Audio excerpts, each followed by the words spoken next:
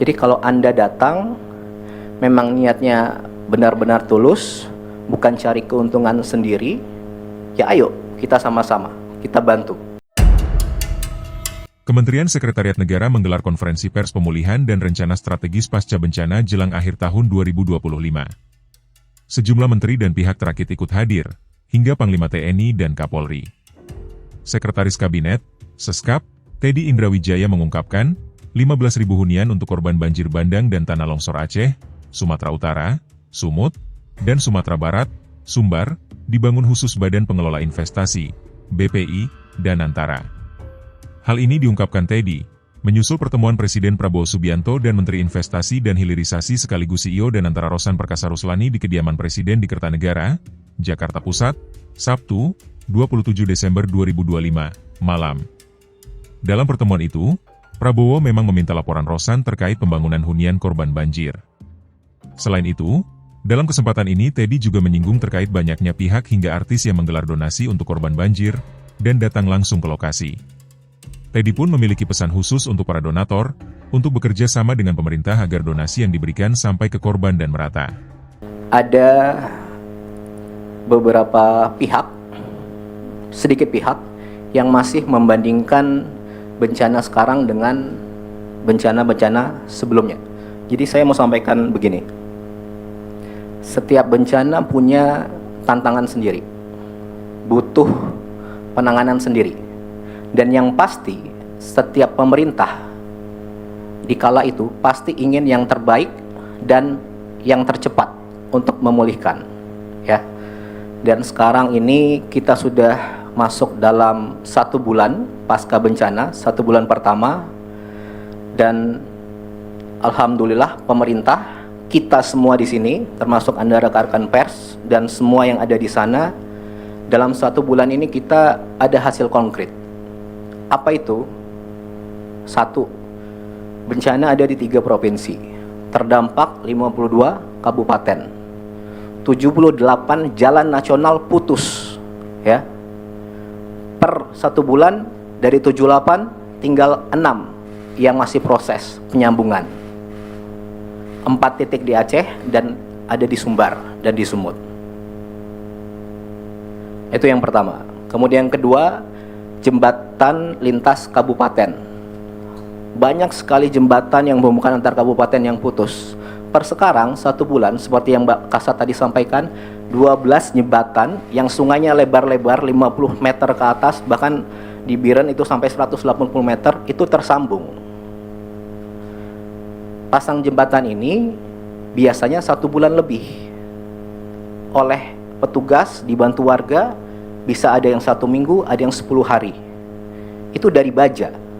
Bajanya beratnya 30 sampai 50 ton, ya. Kenapa jembatan yang utama kita fokus selain yang lainnya? Karena agar bisa jalur logistik masuk, tembus antar kabupaten, antar provinsi. Yang belum tembus kita pakai bantuan udara. Itu ya. Ini ada beberapa videonya. Ini jembatan ke-13. Sudah 90% hampir jadi di Batang Toru. Ini juga lebar juga. Jadi semuanya bekerja pagi, siang, malam, bagaimana secepat mungkin itu bisa pulih. Itu yang kedua. Kemudian yang ketiga, mengenai jumlah hunian. Dalam 1 bulan ini, seminggu ke depan ada 600 rumah hunian yang akan jadi. Minggu depan insya Allah jadi. Kemudian dari BNPB ada 450 hunian. Bapak Presiden menginstruksikan ke Kepala Danantara untuk bangun secepat-cepatnya rumah hunian 15.000 rumah. Ini salah satu yang sudah dikerjakan. Anda bisa lihat sendiri progresnya bagaimana.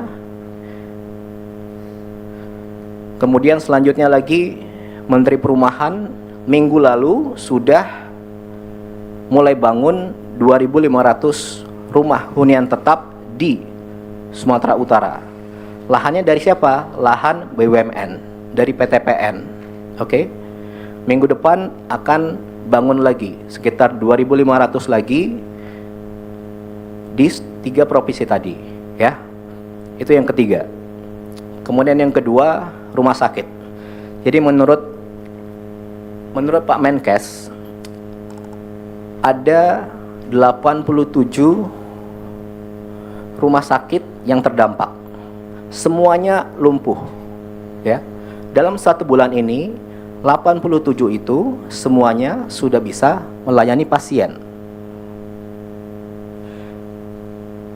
Ada yang belum sempurna, tapi yang pasti dari 87 itu semuanya sudah bisa pasien datang, diobati, ya, seperti itu. Kemudian ada 867 puskesmas yang lumpuh. Sekarang 1 bulan tinggal 8 yang belum beroperasi. Itu gimana caranya bisa selesai? Ya semuanya bahu-membahu kerjasama. Oke? Itu yang masalah kesehatan. Kemudian ada beberapa sekolah yang lumpuh sekarang sudah bersih, sudah ada mulai mengajar. Walaupun musim libur, anak-anak dari pengungsian main ke sana, baca, sekolah, belajar sedikit. Kemudian pasar-pasar beberapa sudah mulai beroperasi, perekonomian perlahan-lahan mulai jalan. Ini dalam 1 bulan. Kenapa bisa cepat? Bapak Presiden dari awal menginstruksikan kepada semuanya agar secepat mungkin lakukan dengan segera untuk pemulihan. Ya ini hasilnya. Kenapa bisa? Karena di lapangan para petugas dan warga nyatanya itu sama-sama saling bantu, saling kerjasama, gotong royong semua. Petugas, warga, relawan, jadi satu semua. Di lapangan seperti itu. Makanya 1 bulan ini kita bisa seperti ini. Itu ya. Oke, kemudian yang terakhir. Yang ketiga, apakah semua tadi sudah sempurna? Apakah semua warga sudah didatangi petugas satu persatu? Tentu belum 100%, ya. Tapi alhamdulillah sejak kemarin banyak relawan yang datang ke daerah terdampak, benar-benar tulus, ikhlas untuk membantu. Ketika di lapangan mereka temukan, mereka ke titik yang belum ada bantuan atau belum ada petugas, mereka laporkan, mereka sampaikan, mereka informasikan kepada TNI, Polri, BNPB, petugas di lapangan semuanya, sehingga yang belum bisa dilengkapi, yang belum ada bantuan bisa segera didorong pakai helikopter dan lain sebagainya, ya. Makanya mari kita di sini semua sama-sama, kuncinya saling melengkapi, oke? Jadi kalau Anda datang memang niatnya benar-benar tulus, bukan cari keuntungan sendiri, ya ayo kita sama-sama, kita bantu. Banyak sekali ya yang seperti itu, ya. Semuanya kira-kira seperti itu, datang tulus ikhlas untuk bantu, oke? Jadi rakyat Indonesia ini adatnya saling bantu. Bangsa Indonesia ini dari dulu gotong royong. Saya mau lihatkan video 1. Silakan.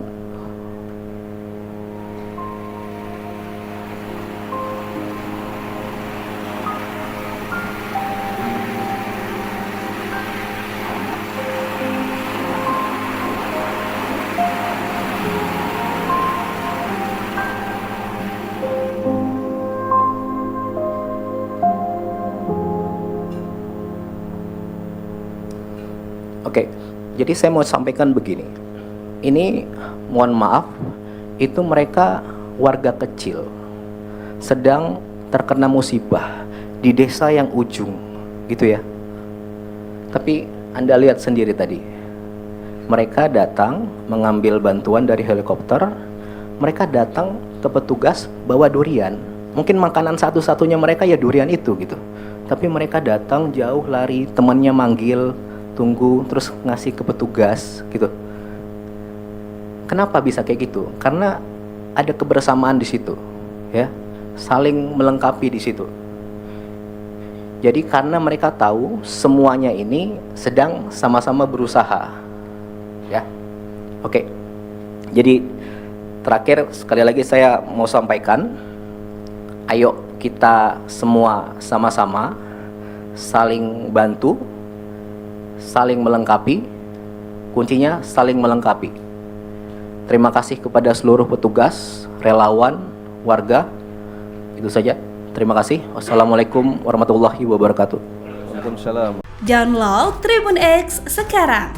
Menghadirkan lokal menjadi Indonesia.